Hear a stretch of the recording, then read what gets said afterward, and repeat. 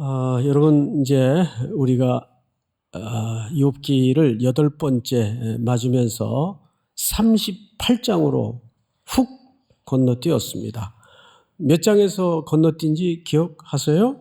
9장입니다. 9장. 9장에서 한 30여 장을 훌쩍 건너뛰었습니다. 그래도 그 32여 장 가운데 어떤 스토리들이 있었는가 우리가 좀 이해를 하고 넘어갈 필요가 있겠죠. 첫째는 그 유명한 세 친구의 그 무료한 공방이 계속 피로감을 더합니다. 그래서 자동차로 비유하자면 공회전 하듯이 제자리 걸음을 하는, 그러면서 아주 가혹한 언어로 욥을 향해서 공격하는 그런 내용들로 구성이 되어 있어요. 그러다가 32장에서 37장까지 엘리후라는 인물이 등장을 해요. 그 앞에 세 친구는 이름 기억 혹시 하십니까? 엘리바스, 빌닷, 소발입니다. 그런데 32장서부터는 엘리후라는 인물이 등장을 하는데 뭐 별로 큰 차이가 없어요. 이 친구는 특별히 양비론자입니다. 너도 틀렸고 너도 틀렸다라는데 또 논조를 끌고 갑니다. 그렇게 아무 결론이 없는 친구들의 공방이 37장까지 빼곡히 메워져 있죠. 그리고 이제 38장에 와서 38장으로 들어가기 전에 우리가 지난주 욥의 두 가지 기도라는 주제로 말씀을 나누었어요. 기억나시죠? 기억하시죠? 그러니까 첫 번째 기도 제목이 뭐였는가 하면 표면적으로는 하나님, 내게 끊임없이 덮쳐오는 이 고난과 환난을 좀 멈춰 주십시오. 근데 단순히 그것이 아프고 고통스러워서 그런 기도를 드렸던 것이 아니고 사람들의 시선이 뭐였는가 하면 저 사람 저렇게 고난이 끊이지 않는 걸로 보아서 틀림없이 하나님께 징벌을 받거나 끊어진 존재야.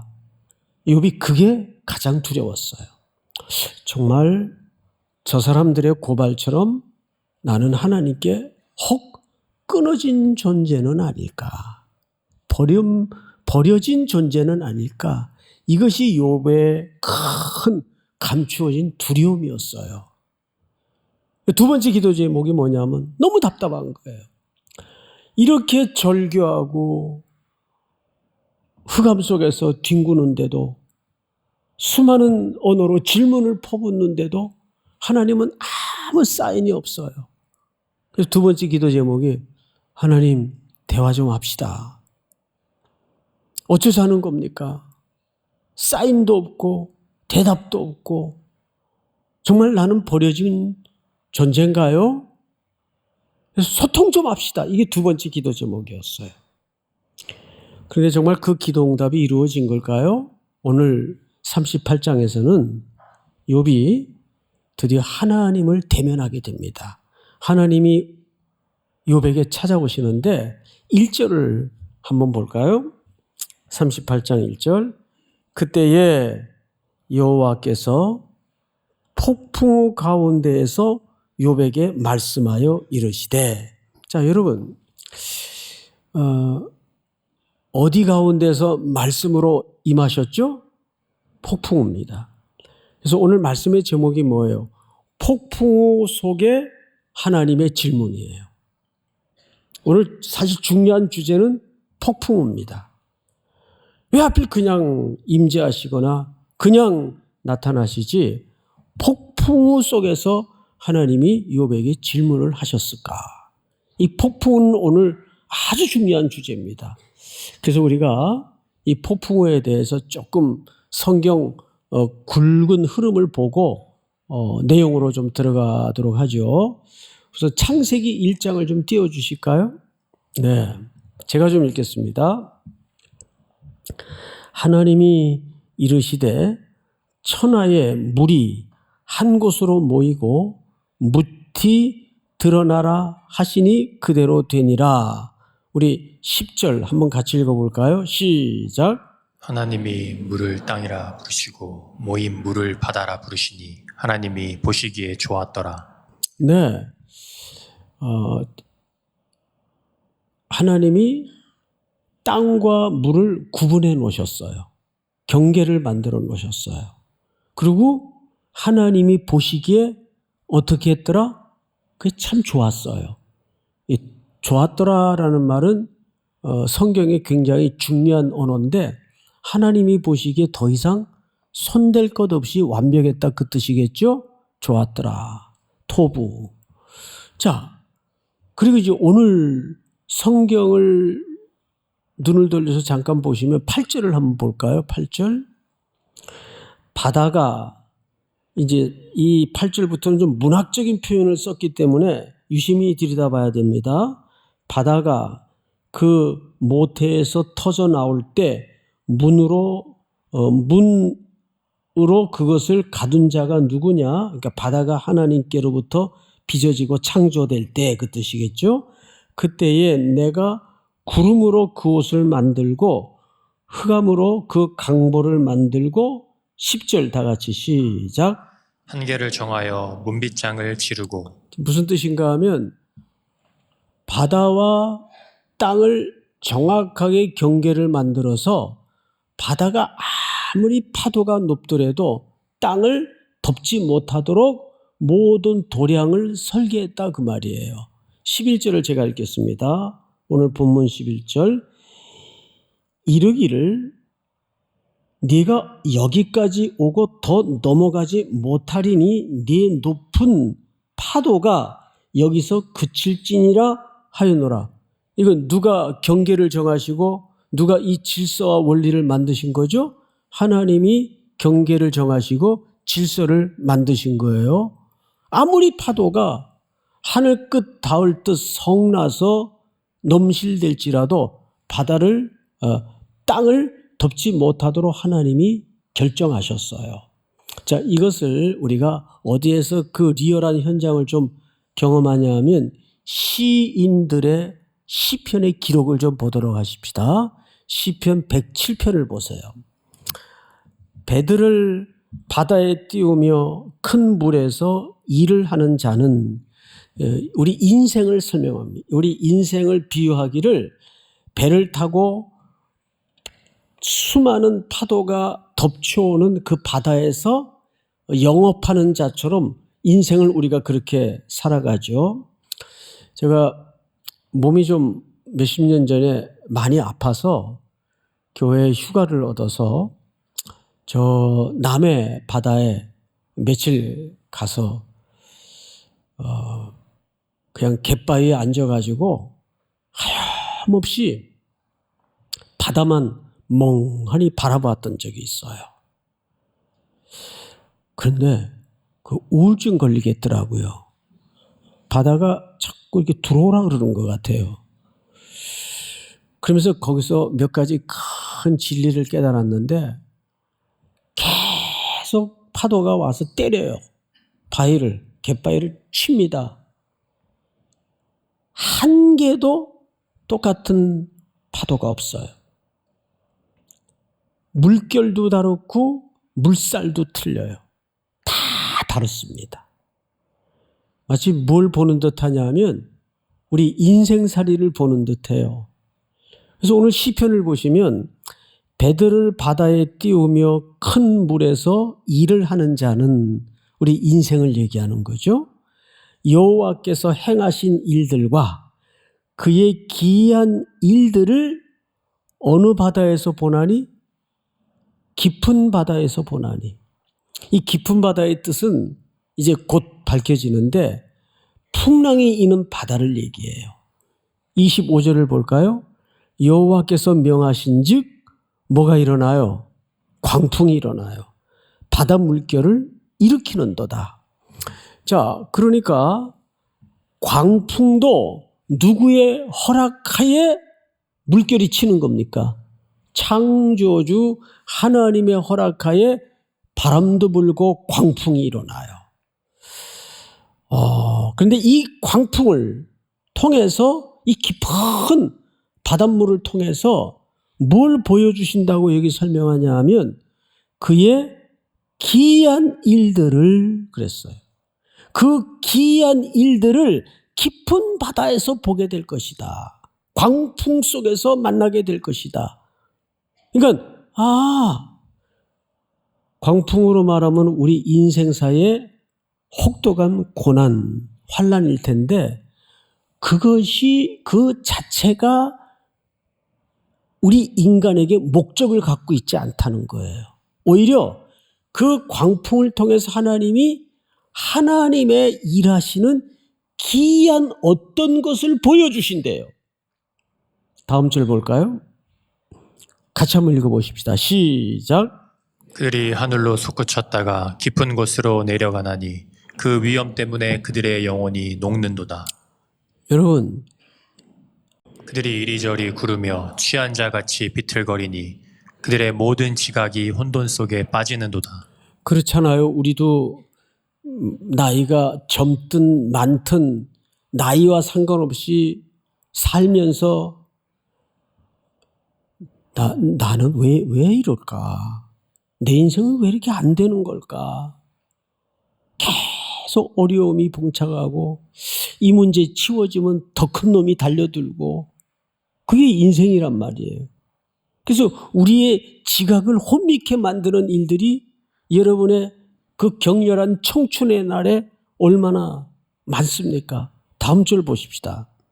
이에 그들이 그들의 고통 때문에 여호와께 부르짖음에 그가 그들의 고통에서 그들을 인도하여 내시고 광풍을 어떻게 하사 고요하게 하사 물결도 잔잔하게 하시는도다. 자, 그러니까 광풍을 멎게 해서 다시 예전과 같은 고요한 바다로 만드시는 분도 누구세요? 하나님이란 말이에요. 자, 그러면 우리는 인생을 살아갈 때 어떤 때는 광풍을 만나요. 그런데 또 어떤 때는 하나님의 은혜로 그 광풍이 언제 그런 일이 있었지 할 정도로 평온해집니다. 그래서 우리는 광풍이 없어야 되고 우리의 목적이 평안해야 된다는데 몰두될 수가 있습니다. 그런데 이것이 우리에게 허락하시는 하나님의 궁극적인 목적지가 아니에요. 제가 언젠가 여러분들에게 로안 윌리엄스의 글을 인용하면서 이런 말씀을 드렸어요. 신앙생활의 목적지는 행복이어서는 위험하다. 무엇이 돼야 된다 그랬죠? 거룩이라 그랬어요. 이제 그 이유를 끝 무렵에 제가 다시 한번 설명을 드리겠지만 가치에는 목적적 가치가 있고 수단적 가치가 있어요. 자, 우리가 예수님을 사랑하는 게 목적이에요. 근데 그 예수님을 사랑하기 위해서 노력하고 몰두하고 애쓰다 보면 뭐는 쫓아오는 거죠? 행복은 자연적으로 쫓아오게 돼 있어요. 그래서 이 행복은 궁극적 가치가 아니라 수단적 가치입니다. 그럼 우리의 궁극적 가치는 뭘까요? 거룩이에요. 자, 그 얘기는 조금 후에 미뤄두기로 하고 하나님이 때로는 우리 인생을 욥처럼 파도 끝에 올려놓습니다. 그러다가 곤두박질을 치게 합니다. 그러면 이리 구르고 저리 구르면서 이 시인의 고백처럼 정신이 혼미해져요. 그러다가 또 어떤 때는 거울 위를 미끄러지는 것처럼 바다가 조용하고 평안하고 고요해집니다. 과연 이 양자 사이에 때로는 평안을 주시고 때로는 고통을 주시고 이 양자 사이에 하나님이 의도하는 것은 너희들 내 말 안 들으면 까불면 국물도 없어. 이거 경험시키고 이거 가르쳐 주시기 위해서 그러시는 걸까요? 마치 격투기 선수가 초등학생 안발을 걸어가지고 너 그래도 입 나불거리고 까불래? 이러는 식일까요?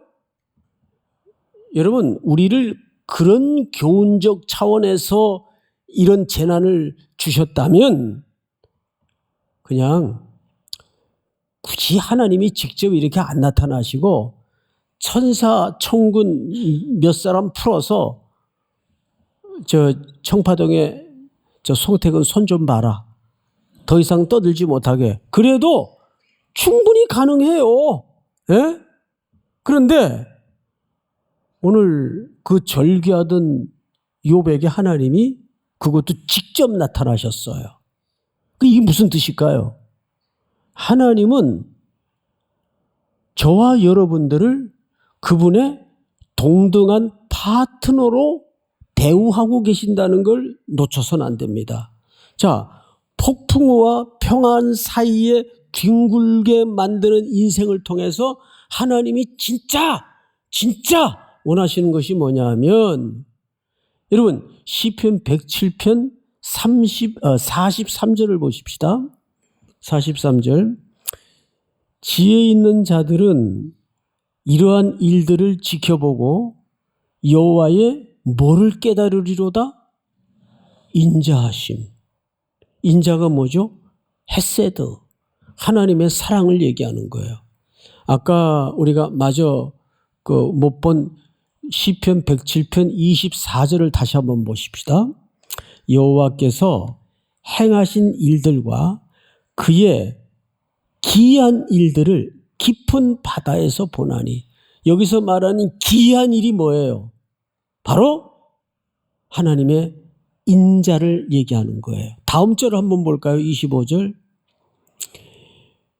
배들을 여호와께서 명령하신 즉 광풍이 일어나 바다 물결을 일으키는도다. 다음 절. 그들이 하늘로 솟구쳤다가 깊은 곳으로 내려가나니 그 위험 때문에 그들의 영혼이 녹는도다. 우리 다 같이 시작. 그들이 이리저리 구르며 취한 자같이 비틀거리니 그들의 모든 지각이 혼돈 속에 빠지는도다. 28절.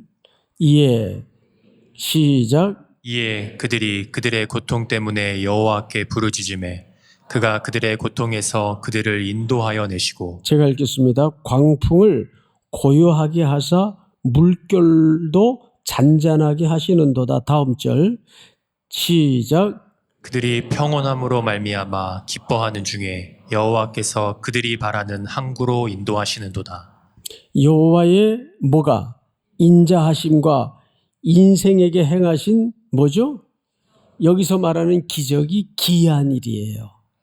자, 그러면 이제 폭풍우라는 주제에 대한 정리가 대충 다 끝났어요.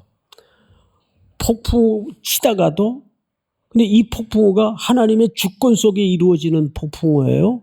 또 평안케 하시는 것도 하나님의 주권 속에 이루어지는 결론입니다. 그런데 폭풍우도 하나님의 목적이 아니고 우리를 평안케 하는 것도 하나님의 목적이 아니에요. 그 양자 사이를 뒹굴게 인생을 경영하시면서 기이한 것을 보게 하신대요. 그 기이한 것이 뭐나 봤더니 43절에 하나님의 인자하심이에요. 자, 그래서 우리 오늘 본문 이제 드디어 하나님이 욥에게 첫 마디가 뭔가를 주목해 보세요. 2절 제가 읽겠습니다. 무지한 말로 생각을 어둡게 하는 자가 누구냐? 여기 무지한 말로라는 말은 욥을 포함한 전 인생과 친구들을 묶어서 지칭하는 표현이에요. 무지한 말로. 근데 뭐를 어둡게 한대요? 생각을. 이거 누구 생각일까요? 하나님의 생각입니다. 여기서는 사람들의 생각을 얘기하는 게 아니라 하나님의 생각, 이 생각이라는 말이 에차라는 말을 썼어요. 에차. 이 말은 히브리 말로 무슨 뜻인가 하면 도모, 계획, 숙고 끝의 어떤 결정 이런 뜻이에요. 도모, 계획, 숙고 끝의 어떤 결정. 그러니까 누가 하나님이